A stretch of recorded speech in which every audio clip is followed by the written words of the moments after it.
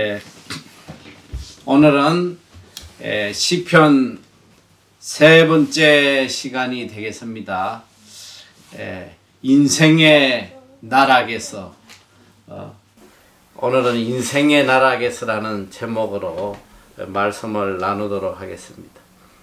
시편 3편 1절에서 8절까지 이 뜻을 깊이 생각하시며 한 목소리로 봉독을 하겠습니다. 1절 시작. 여호와여, 나의 대적이 어찌 그리 많은지요. 일어나 나를 치는 자가 많소이다. 많은 사람이서 나를 가리켜 말하기를 저는 하나님께 도움을 얻지 못한다 하나이다. 여호와여, 주는 나의 방패시요 나의 영광이시요 나의 머리를 드시는 자니이다. 내가 나의 목소리로 여호와께 부르짖으니 그 성산에서 응답하시는 도다. 내가 누워 자고 깨었으니 여호와께서 나를 붙드심이로다. 천만인이 나를 둘러치려 하여도 나는 두려워 아니하리이다. 여호와여, 일어나소서. 나의 하나님이여, 나를 구원하소서. 주께서 나의 모든 원수의 뺨을 치시며 악인의 일을 꺾으셨나이다. 구원은 여호와께 있사오니 주의 복을 주의 백성에게 내리소서. 아멘. 인생을 살아가다 보면 정말 일어서기 힘든 그런 깊은 수렁으로 빠질 때가 있습니다. 아무리 벗어나려고 해도 벗어날 수 없는 그런 처절한 상황. 때로는 이런 처절한 상황이 또 경제적인 문제가 될 수도 있고, 또 우리 젊은이들에게는 또 취업의 문제가 될 수도 있고, 또 어떤 이들에게는 건강의 문제가 될 수도 있고, 또 인간관계로 인해서 고통받는 그런 때도 있습니다. 요즘은 아무래도 이 코로나로 인해서 경제적 나락에 떨어져서 많은 사람들이 절망하고 고통받고 있는 그런 상황입니다. 도저히 벗어날 수 없는 그런 절망적인 순간에 전혀 미래의 소망이 보이지 않는 그런 최악의 순간이 오면 많은 인생들이 이 극단적 선택을 하곤 해요. 참 안타깝게도 요즘 전 세계적으로 이 자살을 하는 사람들의 수가 많아지고 있습니다. 특별히 우리 한국만 봐도 최근에 굉장히 이 자살률이 많이 늘었어요. 대한민국은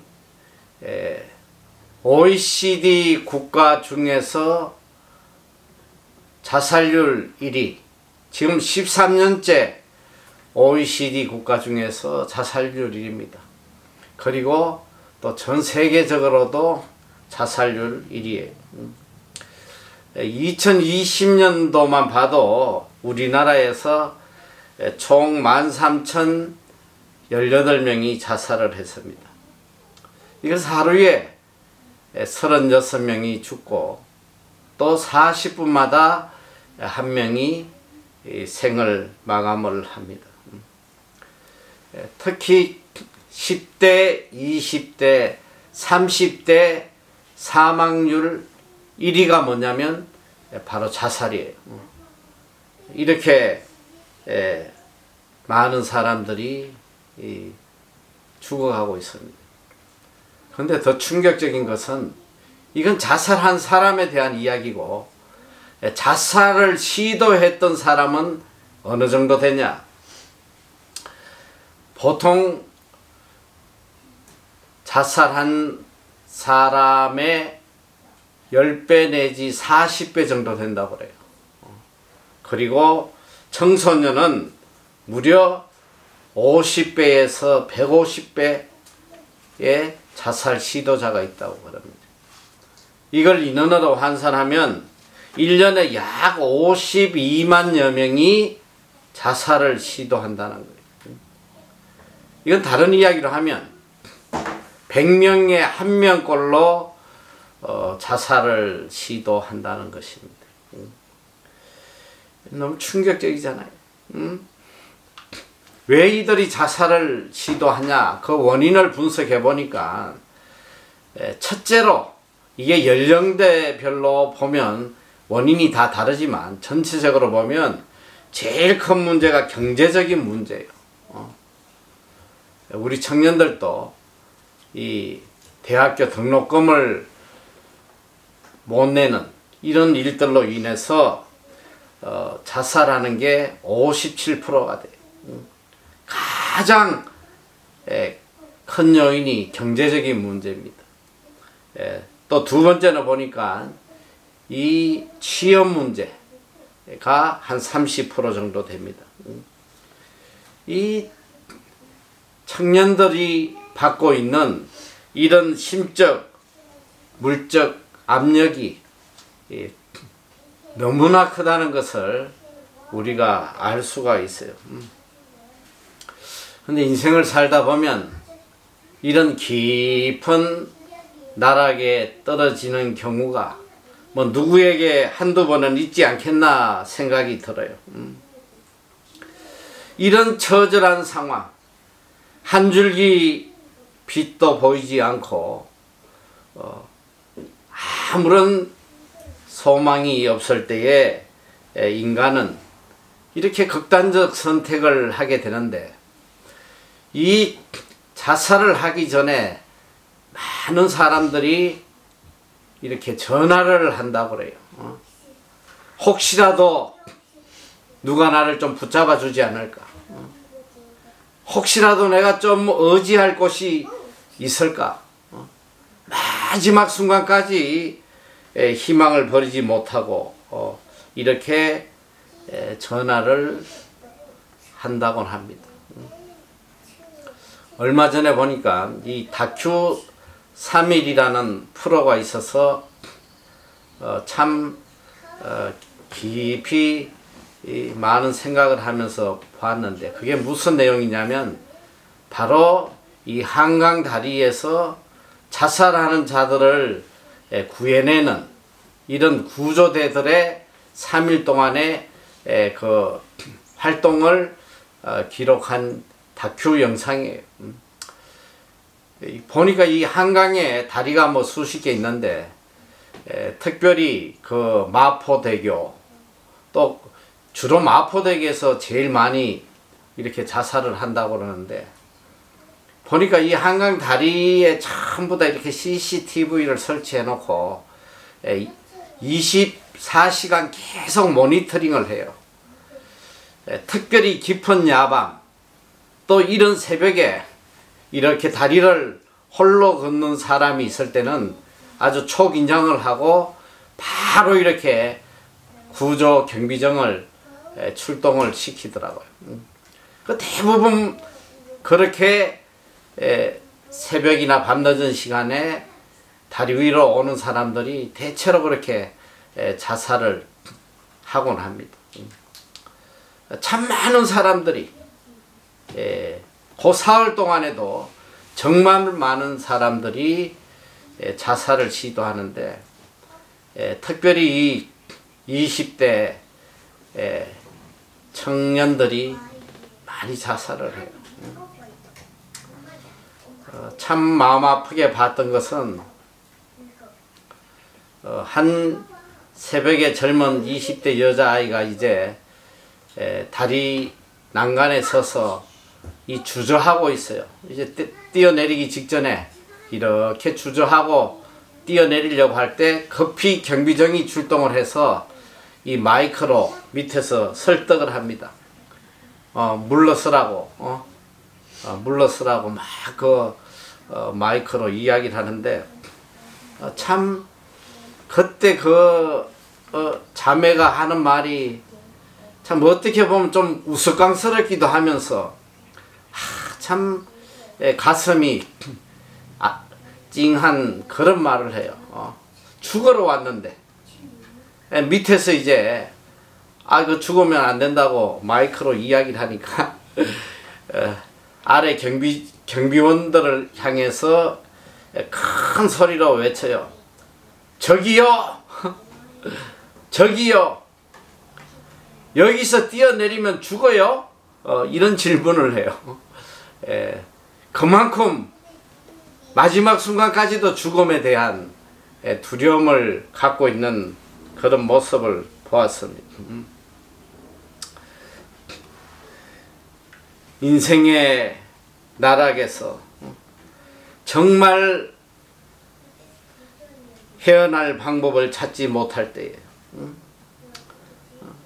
참 이제 그분들의 입장에서 한번 생각을 해보면 방법이 없을 것 같아요. 아무 소망이 보이지 않을 때에 과연 내가 할 수 있는 길이 무엇일까? 단순히 그분들을 비난하기보다는 정말 죽을 수밖에 없는 그분들의 그 처참한 상황을 우리가 생각을 해봐야 됩니다. 과연 나라면 그 자리에 있을 때 나는 어떻게 할 것인가? 한번 생각을 해봐야 돼요. 오늘 이 시편 3편은 참 가슴을 먹먹하게 하는 그런 말씀입니다.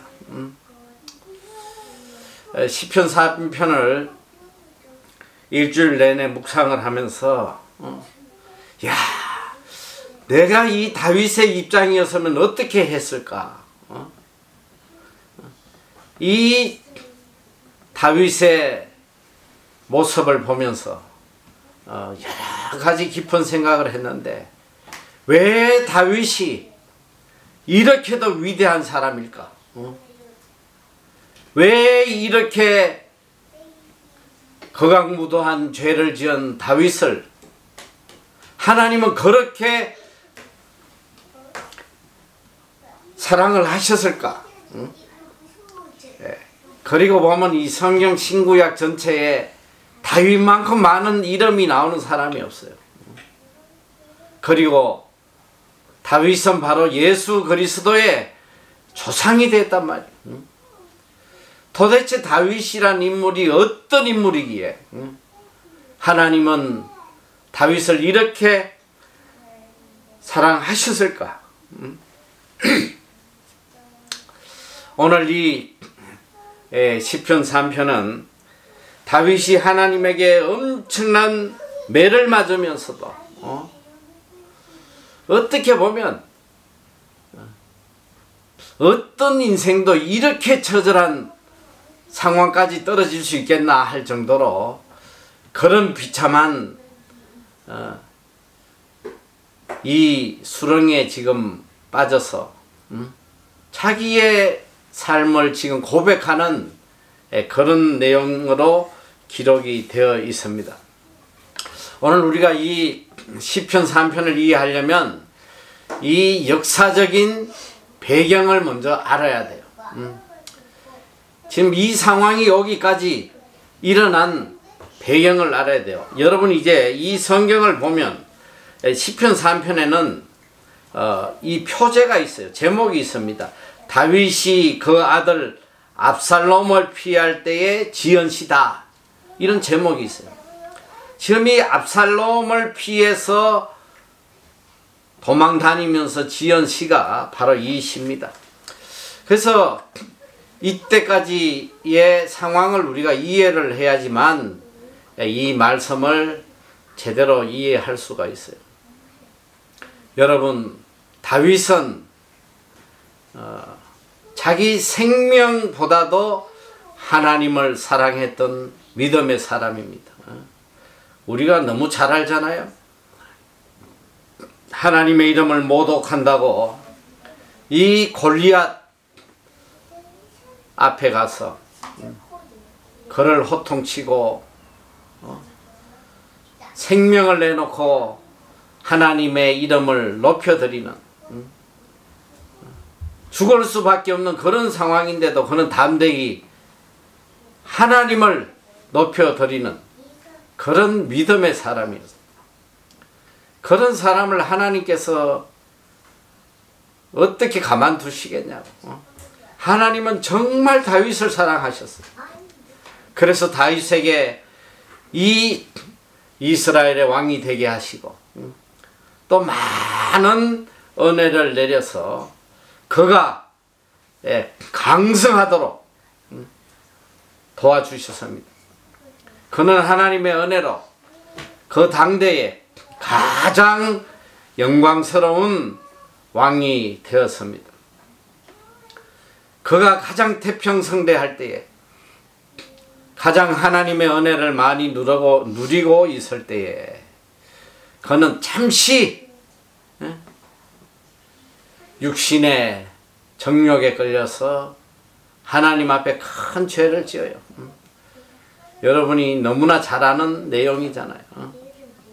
바세바를 취할 때에 남의 아내, 그것도 가장 자기의 충신인, 그리고 또 전쟁터에서 생명을 걸고 싸우고 있는 이 우리아의 아내를 취해서 죄를 짓고 그 죄를 감추기 위해서 이 우리아를 이 비참하게 적군의 손에, 이방인 암몬의 손에 비참하게 죽임을 당하도록 하는 너무너무 악한 죄를 지었습니다. 하나님께서 이 다윗의 악함을 보시고 이 나단 선지자를 다윗에게 보내서 책망을 하십니다. 사무엘라 12장 7절에서 12절까지인데, 자 여기 보면 제가 이제 그 9절을 볼 텐데, 하나님께서 이 나단 선지자를 보내서 책망을 합니다. 그러한데 어찌하여 내가 여호와의 말씀을 업신여기고 나보기에 악을 행하였느냐. 내가 칼로 햇사람 우리아를 죽이되 암몬 자손의 칼로 죽이고 그 철을 빼앗아 내 철을 삼았도다. 이제 내가 나를 업신여기고 햇사람 우리아의 철을 빼앗아 내 철을 삼아선저 칼이 내 집에 영영이 떠나지 아니하리라 하셨고, 이 다윗의 악행을 하나님께서 나단을 통해서 이제 심판을 하시는데, 앞으로 이 죄악으로 인해서 너의 집에 칼이 영영이 떠나지 않을 것이다. 이 하나님의 심판의 일환으로 이제 하나님의 징계가 다윗의 삶 속에 일어나고 있습니다. 첫 번째가 뭐냐면, 이 자식들을 통해서 하나님께서 엄청난 징계를 하고 계세요. 다윗에게는 뭐 많은 아들이 있었겠지만, 특별히 이 성경에 나오는 대표적인 아들은, 첫째 아들이 이제 암논이고, 둘째 아들은 또 길르압입니다.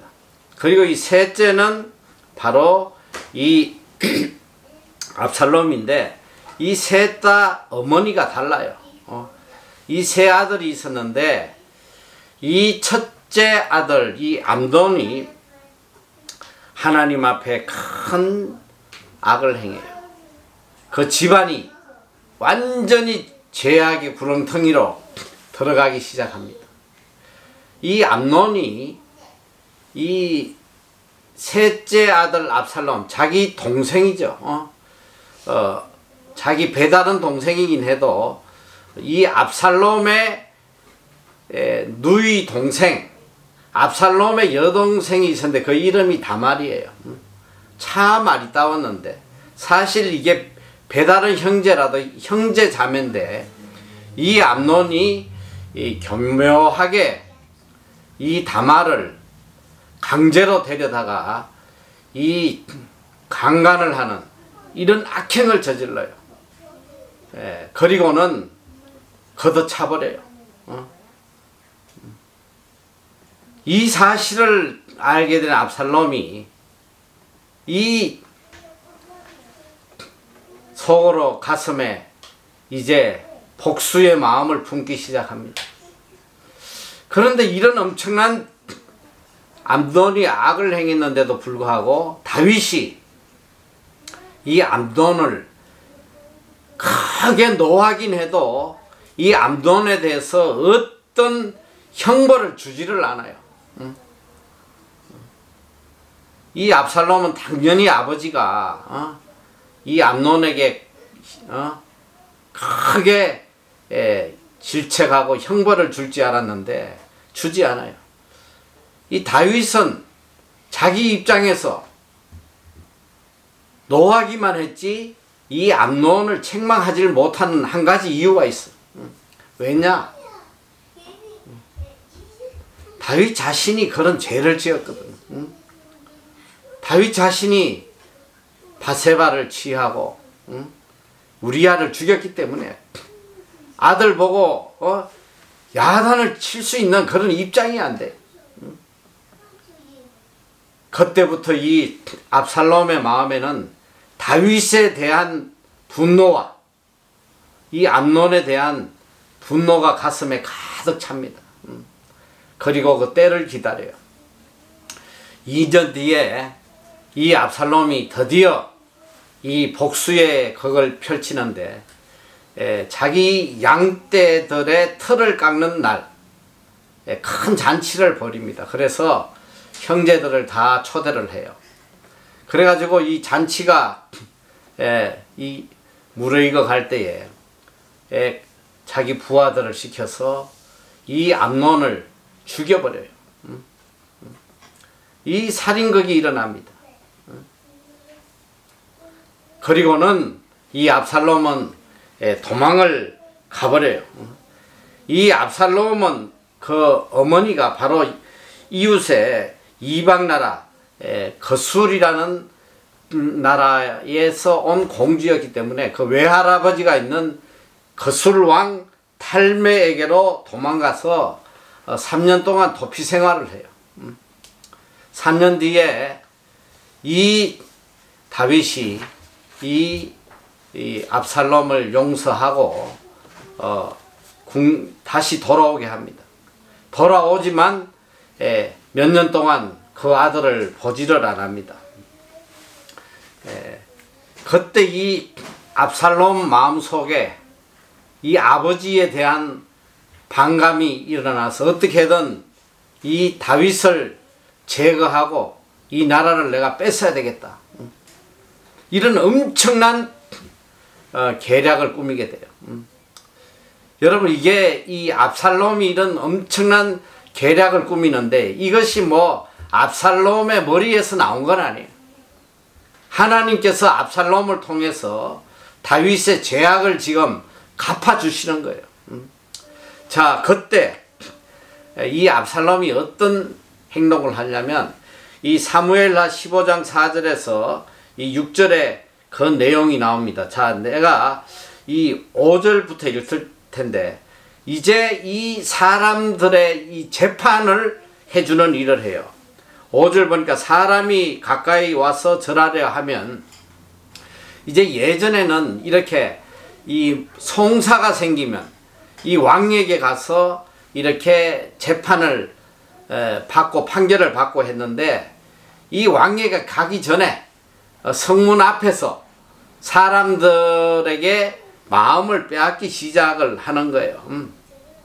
그래서 사람이 가까이 와서 이 압살롬에게 절을 하면 압살롬이 손을 펴서 그 사람들을 붙들고 입을 맞추니, 입을 맞췄단 말이에요. 무릇 이스라엘 무리 중에 왕께 재판을 청하러 오는 자들에게 압살롬의 행함이 이 같아서 이스라엘 사람의 마음을 도적질했다. 자, 이건 뭐냐? 이렇게 재판하러 와가지고 이제 절을 하는데, 이렇게,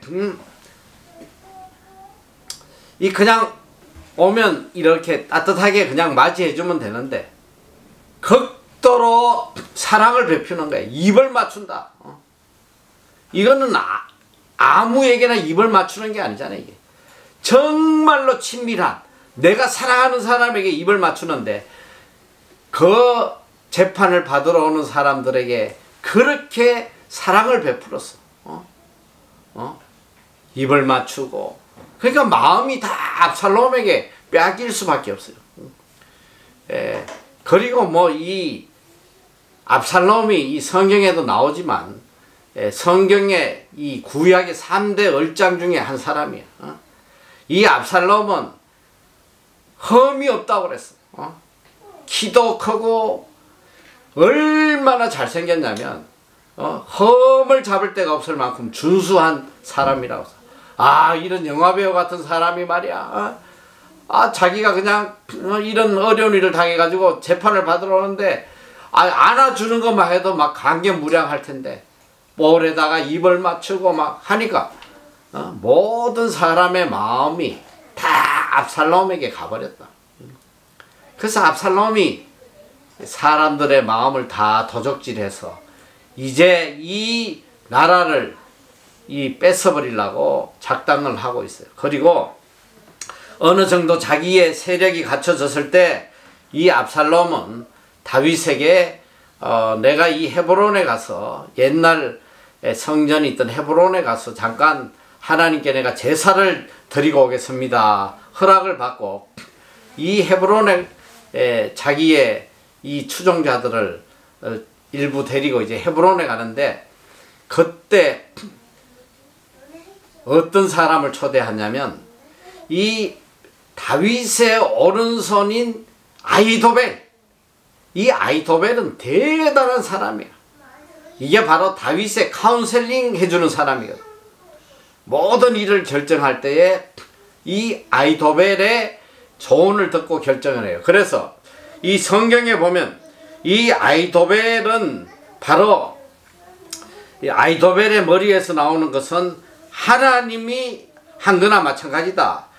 사무엘라 16장 23절에 보면 그때 아히도벨이 베푸는 모략은 하나님께 물어받은 말씀과 일반이라. 이 정도로 모든 국민도 신뢰하고 다윗도 신뢰하는 그런 사람인데, 이 아히도벨을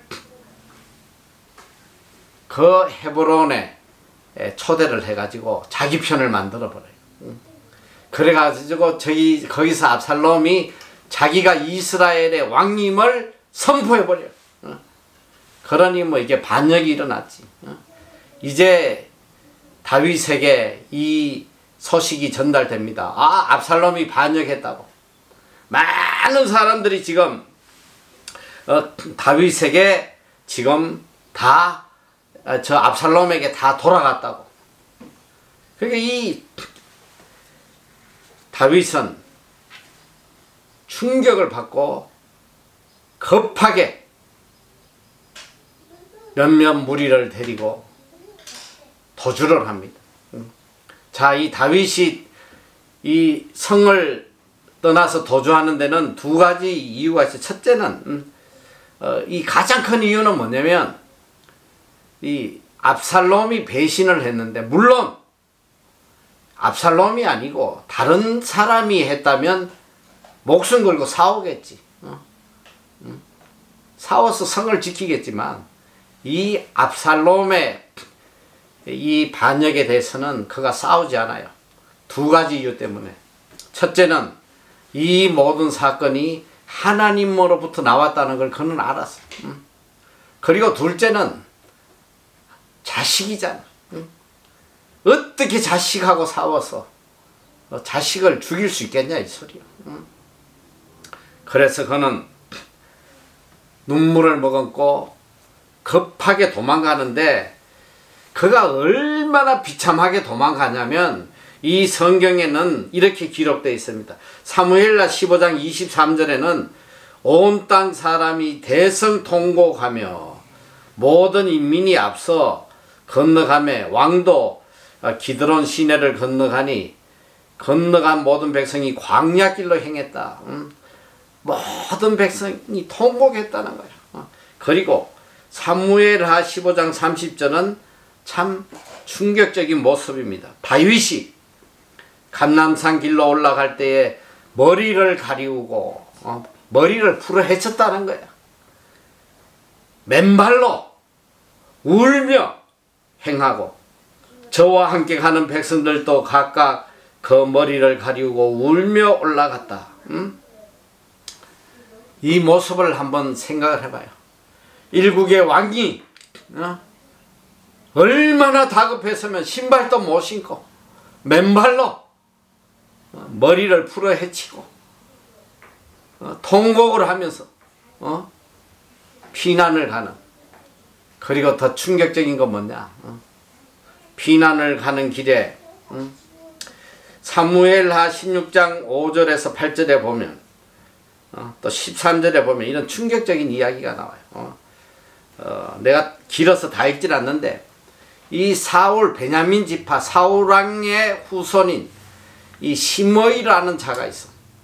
이 시므이라는 자가 이 다윗왕의 일행들이 울며 피난을 갈 때에 나와가지고 하는 소리가 뭐냐면 5절에 보니까 다윗왕이 비우림에 이름에 거기서 사울의 집 족속 하나가 나오니 게라의 아들이여 이름은 시므이라. 저가 나와서 연하여 저주하고 또 다윗과 다윗왕의 모든 신복을 향하여 돌을 던지니, 그리고 7절에 보니까 시므이가 저주하는 가운데 이와 같이 말하니라. 피를 흘린 자여 비루한 자여 가거라 가거라. 사울의 족속의 모든 피를 여호와께서 내게로 돌리셨도다. 그 대신에 내가 왕이 되었으니 여호와께서 나라를 내 아들 압살롬의 손에 붙이셨도다. 보라 너는 피를 흘린 자인고로 화를 자취하였느니라. 13절에 다윗과 그 종자들이 길을 갈 때에 시므이는 산비탈을 따라가면서 저주하고 저를 향하여 돌을 던지며 티끌을 날리더라. 여러분, 일국의 왕이 이런 저주를 받고 돌을 맞고 티끌을 뒤집어 쓰고, 여러분 이거보다 더 비참한 일이 어디 있겠어? 이거보다 더 깊은 나락에 빠질 경우가 어디 있겠냐고. 이 다윗의 죄악으로 하나님이 내리신 징계를 보면, 첫째는 이 첫 번째 이 바세바와 관계에서 첫 번째 낳은 아들을 하나님이 죽이셔요. 며칠 동안 금식하며 하나님께 울며 불며 살려달라고 했지만 하나님께서 첫 아들을 죽입니다. 그리고 그는 자기의 죄악으로 인해 첫째 아들 암논이 죽임을 당하고, 또 결국 보면 압살롬도 죽임을 당하고, 또 나중에 넷째 아들 아도니아도 죽임을 당하고, 자기 생명보다 귀한 자식들이 죽임을 당하는, 서로 살인하고 죽임을 당하는 이런 형벌을 받아요. 그리고 자기가 가장 신뢰했던 이 부하들이, 또 백성들이 그를 배신하는, 그리고 또 마지막에는 이 자녀들의 악행, 율법을 어기며 하나님 앞에 그러니까 소위 말하면 집안이 똥가루 집안이 돼버린, 이 다윗의 죄로 말미암아서 하나님으로부터 이 엄청난 징계를 지금 받고 있습니다. 참 일반인이라면, 나라면 이 많은 징계 중에 하나만 받아도 일어날 힘이 없을 것 같아. 이런 엄청난 징계 하나만 받아도 자포자기하고 절망에 빠져서 일어날 수가 없을 것 같아요. 오늘 이 시편 3편은 바로 이 압살롬에게 쫓겨서 그 처절하게 도망가는 와중에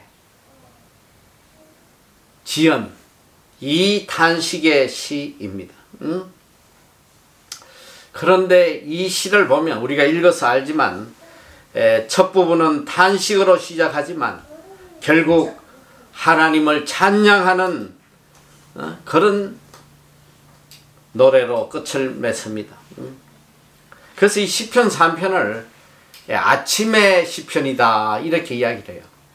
시편 4편은 저녁의 시편이다 이렇게 하는데 왜 시편 4편을 아침의 시편이라고 하냐면 이 처절한 어려움과 낙심 가운데 또 이 다윗은 평안히 잠을 자고 눈을 떠서 아침에 하나님을 찬양하고 있기 때문에 그래. 5절에 보면 내가 누워 자고 깨었으니 여호와께서 나를 붙드심이로다 이렇게 고백을 합니다.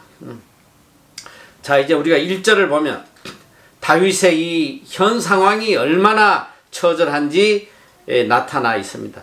여호와여 나의 대적이 어찌 그리 많은지요. 일어나 나를 치는 자가 만소이다. 또 2절에 보면 많은 사람이 있어 나를 가리켜 말하기를 저는 하나님께 도움을 얻지 못한다 하나이다. 자, 이 1절에 보면 1절 2절에 보면 이 3번 연속적으로 나오는 단어가 있어요. 첫째 보니까 나의 대적이 어찌 그리 많은지요. 대적이 너무너무 많은 거야. 그리고 또 나를 치는 자가 만소이다. 나를 죽이려는 자가 너무 많아. 또 2절 보니까 많은 사람이 있어 나를 가리켜 말하기를 저는 하나님께 도움을 얻지 못한다. 많은 사람들이 이 수많은 사람들이 그를 죽이려고 하고 그를 조롱하고 그를 비웃고 이것만 봐도 그가 어떤 처지에 있는지 알 수가 있습니다.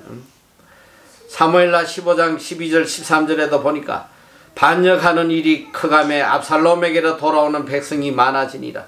전령이 다윗에게 와서 말하되 이스라엘의 인심이 다 압살롬에게로 돌아갔나이다 한지라.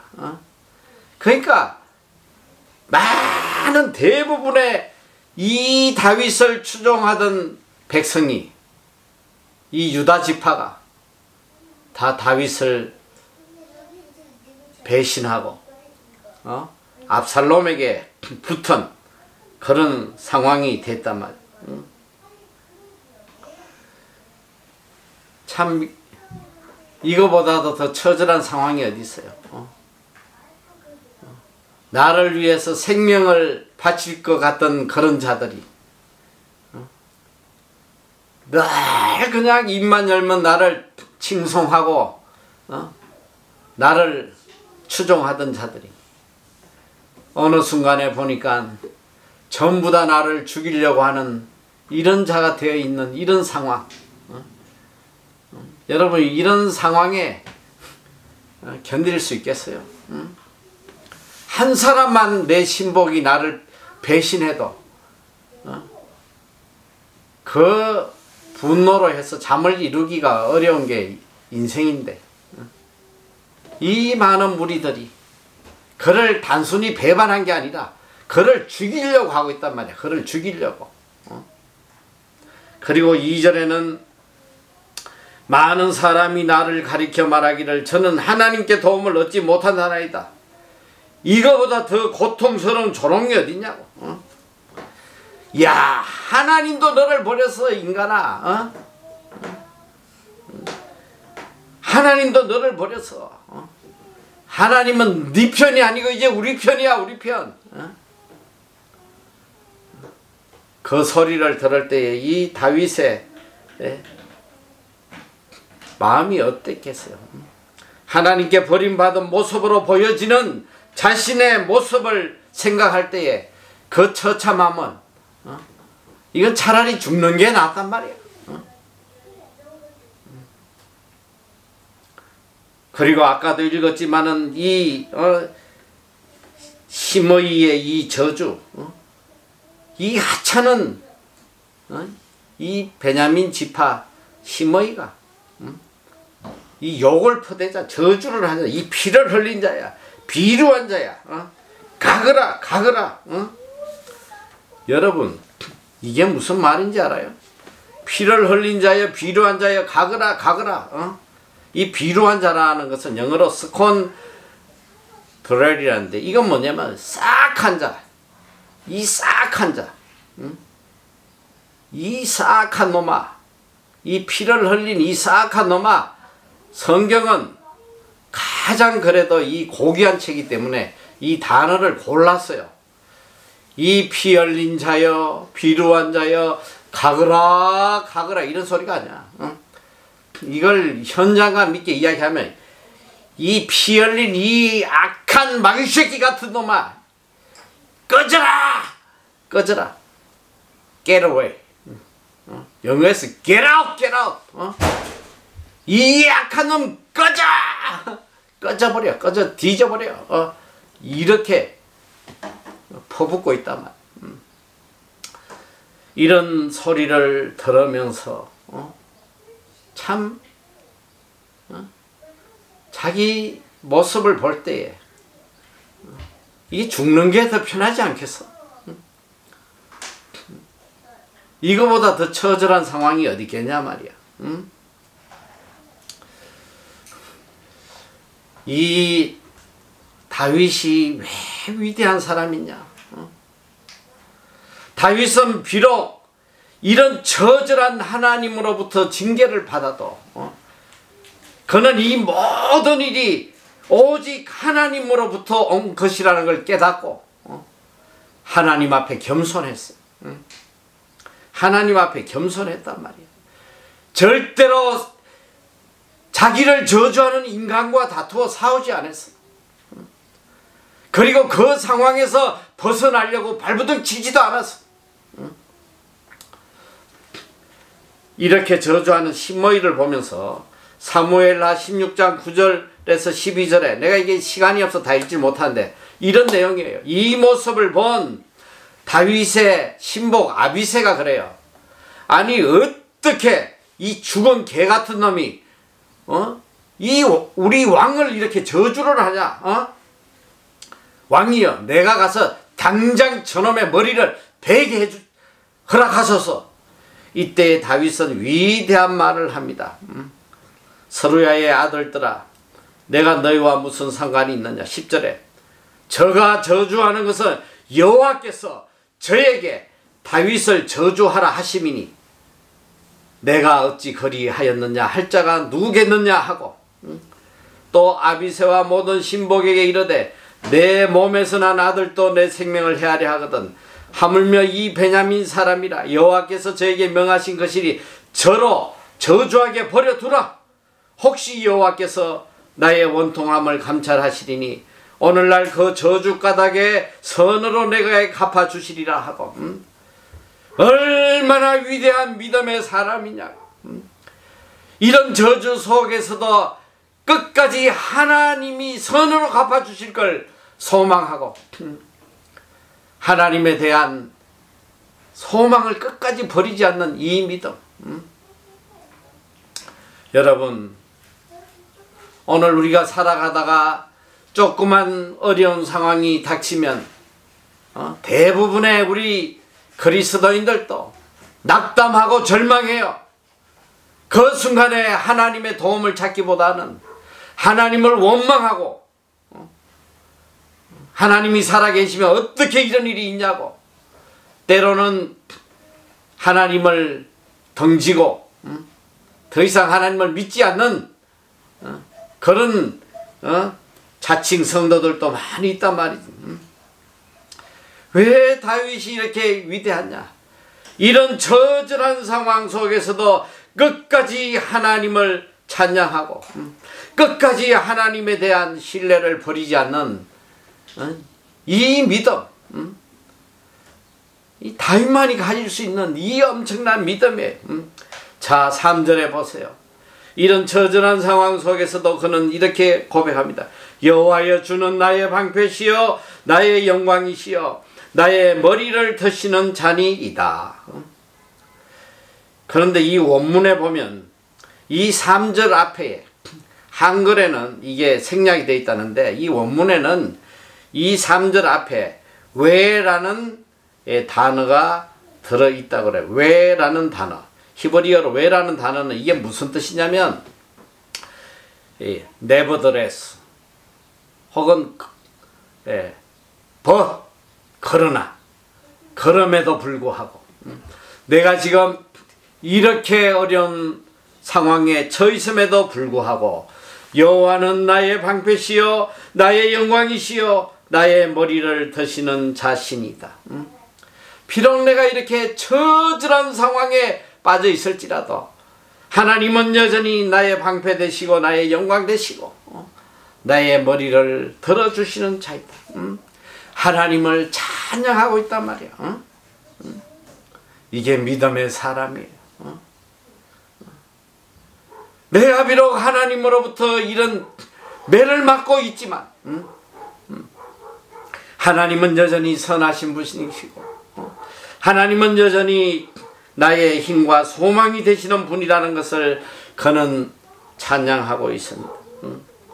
다윗이 고백한 하나님의 세 가지의 모습은 자, 첫째는 방패요, 둘째는 영광이요, 셋째는 머리를 드시는 자라고 고백하고 있습니다. 여러분, 방패가 뭐예요? 전쟁에서 나의 생명을 지켜주는 것이 방패입니다. 이런 저절한 환경에서 끝까지 내 생명을 지켜주실 분이 하나님이라는 것을 고백하고 있습니다. 하나님은 나의 영광이라고 이야기합니다. 하나님은 반드시 나를 회복시켜 주시고 높여 주실 거라는 것을 그는 믿고 있었습니다. 하나님은 내 머리를 드는 자라고 이야기하고 있습니다. 머리를 들게 한다는 게 뭐예요? 용서와 회복을 이야기하는 것입니다. 죄인이 왕이 앞에 머리를 숙이고 있을 때에 왕이 내 머리를 들으라, 내 머리를 들라, 이것은 바로 용서를 의미하는 것. 하나님은 지금 내가 하나님 앞에 머리를 들 수 없는 죄인일지라도 하나님은 반드시 내 머리를 들게 하시고 나의 영광을 회복시켜 주시고 나를 지켜주실 분이라는 것을 그는 믿고 고백하고 있습니다. 그는 이 처절한 상황 속에서도 끝까지 하나님에 대한 믿음을 저버리지 않았습니다. 4절 보니까 내가 나의 목소리로 여호와께 부르짖으니 그 성산에서 응답하시는 도다. 그는 이 처절한 순간에서도 인간적인 방법을 찾지 않았어요. 어떻게 하면 내가 여기서 살아날까? 어떻게 하면 내 영광을 회복할까? 그는 이런 처절한 상황에 모든 인간적인 생각과 인간적인 방법을 송두리째 버리고 오직 여호와께 부르짖기 시작합니다. 여호와께 부르짖어요. 내가 나의 목소리로 여호와께 부르짖으니 그는 오직 하나님께 부르짖고 있습니다. 이 환난의 순간에 이게 믿음의 사람이란 말이에요. 도저히 하나님의 은혜를 더 이상 기대할 수도, 또 하나님으로부터 어떤 빗줄기도 소망도 보이지 않는 그런 처절한 상황에서도 그는 끝까지 여호와 하나님께 부르짖는 그 믿음이 있었단 말이야. 그가 부르짖을 때에 그 성산에서 응답하시는 도다. 야, 그는 현재적 믿음을 갖고 있었어요. 오늘 여기 내가 부르짖을 때에 응답하신다는 거, 이것이 현재 동사라면 현재 동사. 앞으로 응답하실 거다 이런 게 아니에요. 지금 하나님께서 내 기도를 들으시고 지금 응답해 주시고 있다고 그는 확신하고 있습니다. 이게 그의 믿음이에요. 이런 인생의 나락 속에서도 헤어날 수 없는 이런 처절한 상황 속에서도 하나님은 지금도 나와 함께 하고 계신다는 그 믿음을 굳세게 갖고 있었단 말이에요.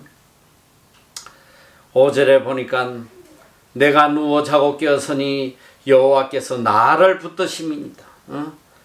여러분, 이런 급박한 상황에 누가 감히 잠을 이룰 수가 있겠어? 어떻게 잠을 이룰 수 있겠냐? 지금 이 다윗이 이 처한 이 상황에는 어떤 상황이냐면 다윗이 도망만 단순히 가는 게 아니야. 지금 압살롬이 군대를 끌고 다윗을 죽이려고 다윗을 죽이려고 지금 그런 와중에 있단 말이야. 오늘 우리가 아까도 1절에 봤듯이 여호와여 나의 대적이 어찌 그리 많은지요. 일어나 나를 치는 자가 많으니이다. 나를 지금 죽이려는 자가 사방에 지금 몰려있는 이 상황에서 잠이 오냐고, 지금 잠이 올 수 있냐고. 그런데 그는 평안히 누워 자고 평안히 깨어서 하나님을 찬양합니다. 이 힘이 어디서 나왔냐? 여호와께서 나를 붙드십니다. 하나님은 지금도 나를 붙들고 계신다는 절대적 믿음을 갖고 있었다면, 비록 환경은 눈을 붙일 수 없는 그런 처절한 환경이지만 이 환경 속에서도 하나님은 나를 붙들고 지키고 계신다. 그렇기 때문에 내가 편히 자고 편히 일어날 수 있다 고백합니다. 여러분, 이게 신앙인이에요. 이게 하나님을 믿는 사람이란 말이에요. 이런 인생의 최악의 순간에, 죽음의 순간에서도 하나님을 믿고 편히 잘 수 있는 이 사람, 이게 믿음의 사람. 하나님은 이 다윗을 사랑하세요. 그에게 절대적인 하나님을 향한 믿음이 있었다는. 오늘 우리가 오전에도 잠깐 부른 찬양이지만 하나님 한 번도 나를 실망시킨 적 없으시고 언제나 공평과 은혜로 나를 지키셨다. 이게 다윗의 고백. 오 신실하신 주, 신실하신 하나님, 한 번도 나를 실망시키지 아니하시고 나를 눈동자처럼 지켜주시는 하나님. 비록 내가 죄악 중에 용서받을 수 없는 그런 처지에 처할지라도 하나님은 끝까지 나를 붙들어 주신다는 이 다윗의 고백, 이 고백이 오늘 우리의 고백이 돼야 돼요. 잠언 3장 23절 24절에도 보니까 내가 내 길을 평안히 행하겠고 내 발이 거치지 아니하겠으며 내가 누울 때에 두려워하지 아니하겠고 내가 누운 적 내 잠이 달리로다. 하나님을 믿는 사람, 내가 누울 때에 두려워하지 아니하겠고 내가 누운 적 내 잠이 달리로다. 믿음의 사람은 잠을 얼마나 잘 자느냐, 여기에 좀 비례할 수도 있을 것 같은데 뭐 꼭 비례할 수도 있지 않을 수도 있어. 왜 그러냐면 예배 때도 주무시는 애들이 종종 있더라고. 뭐 이걸 믿음이 좋다고 볼 수는 없겠지. 어쨌든 참 믿음의 사람은 환경을 초월해서 편히 잘 수 있는 사람, 다 하나님께 맡기는 거예요. 예전에 2차 대전 때에 영국에 매일 그냥 비행기들이 그냥 밤낮으로 폭격을 해대고 모든 사람이 두려움에서 그냥 불면증에 걸려가지고 잠을 못 이룰 때에 어느 할머니 한 분은 아주 평안하게 잠을 자니까 사람들이 물었다는 거 아니야. 아니 어떻게 이런 전쟁 중에 잠을 잘 수 있냐 그랬더니 아니 하나님과 내가 둘 다 깨어 있을 필요는 없잖아요. 왜 하나님은 졸지도 아니하시고 주무시지도 아니하시고 항상 깨어 나를 지키시는 분이라고 했는데 하나님이 깨어 지키시는데 뭐 내까지 뭐 깨어 있을 필요가 있냐? 여러분 이게 믿음의 사람입니다. 얼마나 절대적으로 하나님을 신뢰하느냐. 그는 고백합니다. 천만인이 나를 치려 할지라도 둘러치려 하여도 나는 두려워 아니하리로다. 천만인이 나를 둘러치려 하여도 나는 두려워하지 않는다. 이런 믿음이 도대체 어디서 나오냐 이 소리야. 천만인이. 그는 3절에 이야기합니다. 여호와여 주는 나의 방패시요 나의 영광이시요 나의 머리를 드시는 자이다. 하나님이 내 생명을 지켜주시는 방패라는 것을 굳건히 믿는 그의 믿음 때문에 그는 이런 고백을 할 수 있어요. 천만인이 나를 둘러치라 하여도 나는 두려워 아니하리로다. 저는 이 시편 이 6절, 이 3장 6절의 말씀이 제가 살아오는 데에 얼마나 큰 힘이 된지 몰라. 특별히 우리 학교를 여기 세워서 여기서 학교를 통해서 어떻게든 복음 전가하고 선교하려고 할 때에 아주 상상도 못하는 대적들이 막 모든 이 학교 교직원들이 다 나를 죽이려는 왼수가 됐단 말이에요.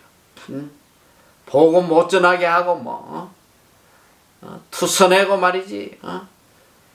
몇 번을 나를 죽이려고 할 때 사실 뭐 인간적으로 보면 너무너무 두려웠단 말이야. 이 나라는 이 특정 종교 강요하고 이러면 깜빵에 간다고 말이야. 어마어마한 벌금을 물고 깜빵하고 심지어는 내가 가장 신뢰하고 믿었던 가장 좋은 믿음의 동력자라고 믿었던 우리 이 빌딩 매니저 놈까지도 너 이러다가는 그냥 벌금 몇십만 원 받고 인생 끝난다고 말이지. 얼마나 모든 이 교직원들이 전부 다 합세해가지고 나를 무너뜨리려고 대적할 때 그때 이 시편 3편 6절 이 말씀이 나에게 얼마나 힘이 된지 몰라요. 천만인이 나를 둘러치려 하여도 나는 두려워 아니하리로다. 왜 8절에 보면 7절에 보면 여호와께서 일어나소서 나의 하나님이여 나를 구원하소서 주께서 나의 모든 원수의 뺨을 치시며 악인의 이를 꺾으셨도다. 이 얼마나 놀라운 하나님의 응답이야. 천만인이 나를 잡아 죽이려고 나서도 하나님께서 그냥 다 귀샤대기를 올려버리고 이빨을 그냥 다 뽑아버리고 그냥 이거 뭐 귀샤대기 이빨 뽑는 게 뭐 실제로 뭐 귀샤대기 때리고 이빨 뽑았다는 말이 아니라 하나님 이 대적을 다 물리쳐 주신다는 말씀 아니겠어?